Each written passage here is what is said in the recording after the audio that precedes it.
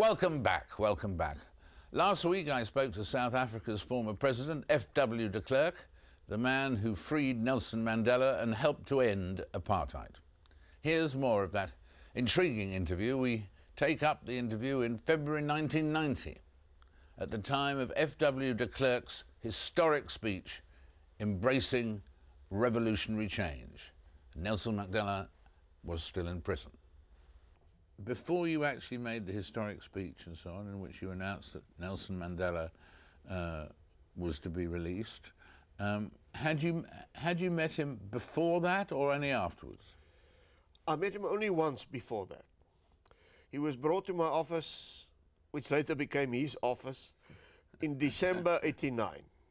I already then, and my cabinet, have already decided, in principle, he must be released. We didn't discuss it with him that evening. We had a one-on-one between him and me. We avoided to discuss issues, current issues, and we just sized each other up. It was just to get a feel. And both of us later wrote in our respective autobiographies.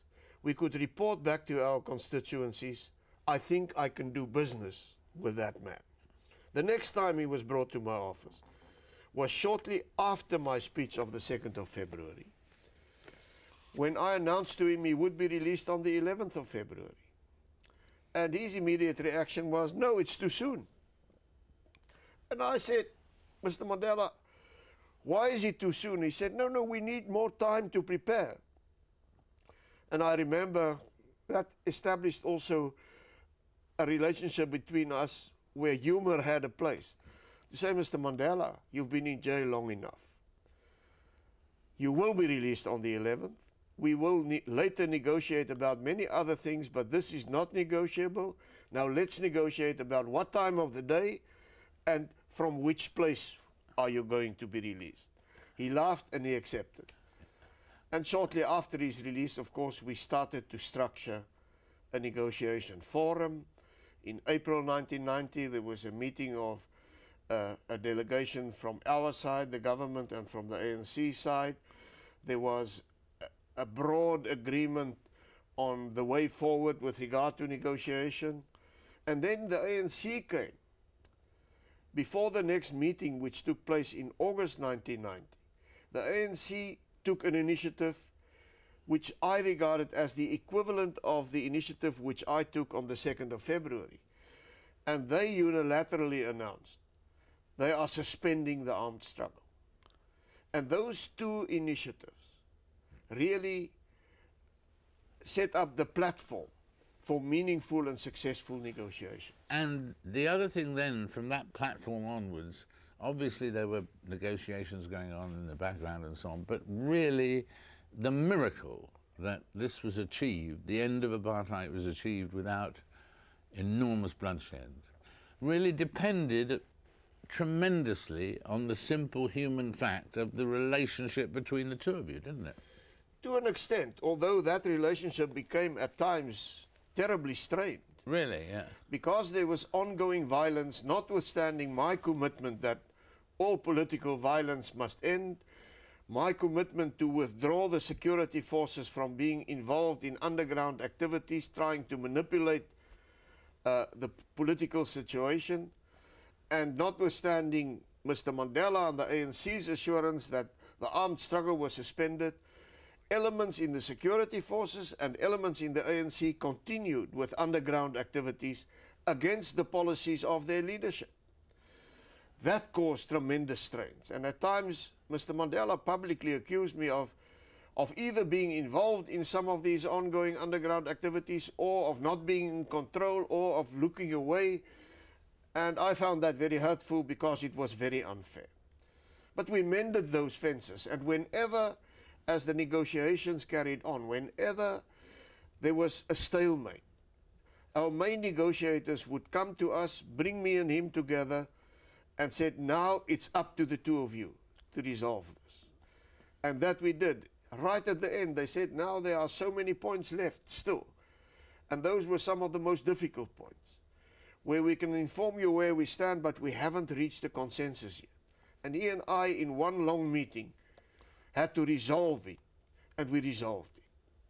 That's Through give and take, through making from both sides concessions. Now, even today, and these were the really difficult points. some of them were really difficult points.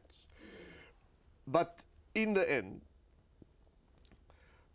I had amongst the whites a substantial percentage of people which said I made too many concessions. And within the ANC support base, even today President Mandela is accused by some more radical thinking people that he made too many concessions. But the constitution which we negotiated is a good one. It is an historic compromise. And I now dedicate myself in South Africa, I'm totally out of party politics, through the F.W. de Klerk Foundation, which established a constitutional rights center to ensure that we uphold that constitution and that Bill of Rights. And indeed the electorate upheld it in the last election. Absolutely. With the 2/3 and by so on. By bringing them below the 2/3. I would have preferred them to be a bit more below that. But still, it was enough. They called the Zulu vote through Mr. Zuma. Yeah, that helped them. It was enough. But then, looking at it today, with the passage of the years, obviously no country's perfect. South Africa's not perfect. We've mentioned crime and other things that are problems, and AIDS and things like that. But in general, you really can look back and feel that the initiative that you began with Nelson Mandela has succeeded. I'm convinced that we avoided and averted a catastrophe. I'm convinced that if we didn't succeed with those initiatives, there would have been a bloodbath in South Africa. And with the advantage of hindsight, if I'm asked today, would you take all the decisions you took again? I would say all the major decisions, yes. Here and there, some strategic moves and so on, with the advantage of hindsight, I would have done differently. But the major decisions of unbanning the organizations, of releasing not only Mr. Mandela, but all political prisoners, of holding a referendum when the whites accused me, you no longer have a mandate, and calling them and say, you must now say yes or no, must I go ahead? And then 70% said yes. Of accepting the transitional constitution and later the final constitution, notwithstanding certain shortcomings from my viewpoint. I would do it all over again with now knowing what has happened since then. I want, however, to emphasize one thing. It wasn't just Mr. Mandela and me. We had good teams. And I think part of our success in South Africa has been that we also didn't restrict negotiations to just the two powerful parties. In the end, 23 parties participated in the negotiations. And we had an inclusive approach. And even some of the small parties was made to feel that they could take co-ownership for the agreements reached at the end, because they had their inputs and sometimes suggestions from them have been accepted. So really it was South Africa's success and not the success of two individuals. And it's an example to the world and people in dealing with the resolution of conflict all over the world. Look at the story of this miracle, really, in South Africa. And one wonders if it's possible that the Middle East, that the Palestinians and the Israelis maybe could learn lessons from this. I think they have some lessons to learn. And before he fell ill, I had two intensive meetings with the then Prime Minister, Mr. Sharon. And we had good discussions.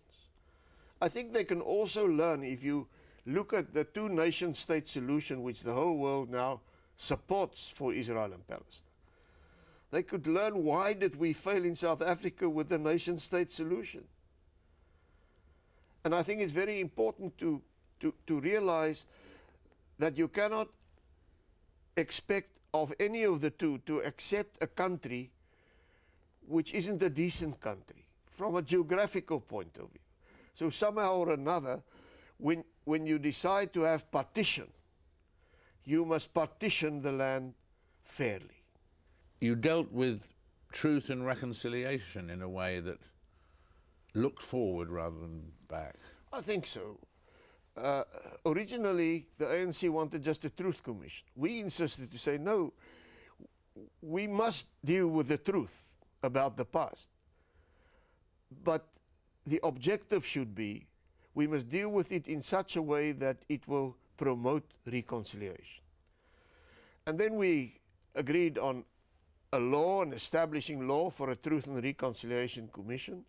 And he did very good work in the field of amnesty and in the field of getting part of the truth fully on the table. It failed, however, to be really fair-handed.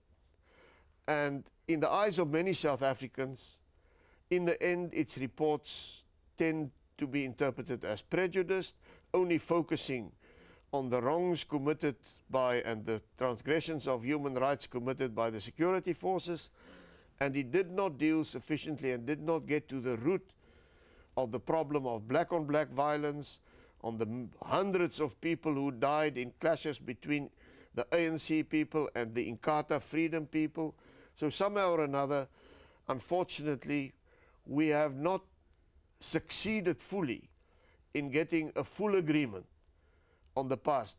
But we've learned also a lesson. It's more difficult to agree on the past than it is to agree on the future.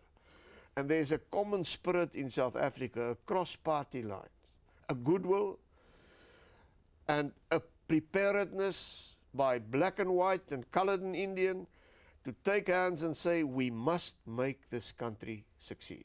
Our single biggest problem is poverty.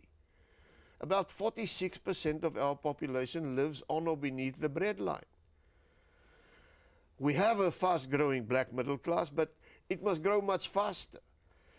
And we must reduce that percentage of people who are really struggling in life to be reduced dramatically. And on that, South Africans are united. This has been an inspiring conversation. Thank you so much. Thank you, and everything of the best. And vice versa. F.W. de Klerk there, talking to me last week. In a moment, 3 intrepid Arctic explorers just back from the ice cap. That's after the news headlines.